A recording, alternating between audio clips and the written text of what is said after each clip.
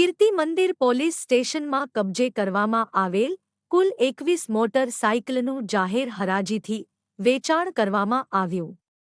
Kirti Mandir police સ્ટેશનમાં જાહેર હરાજીથી મુદ્દામાલનો નિકાલ કરાયો.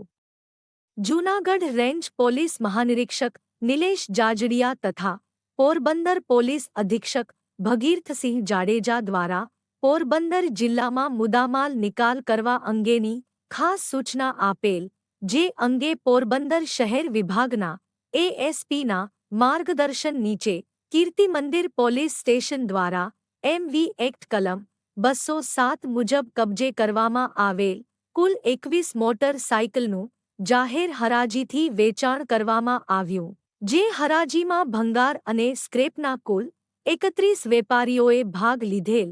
આ જાહેર હરાજીમાં રૂપિયા 1,22,000ની રકમ પ્રાપ્ત થયેલ.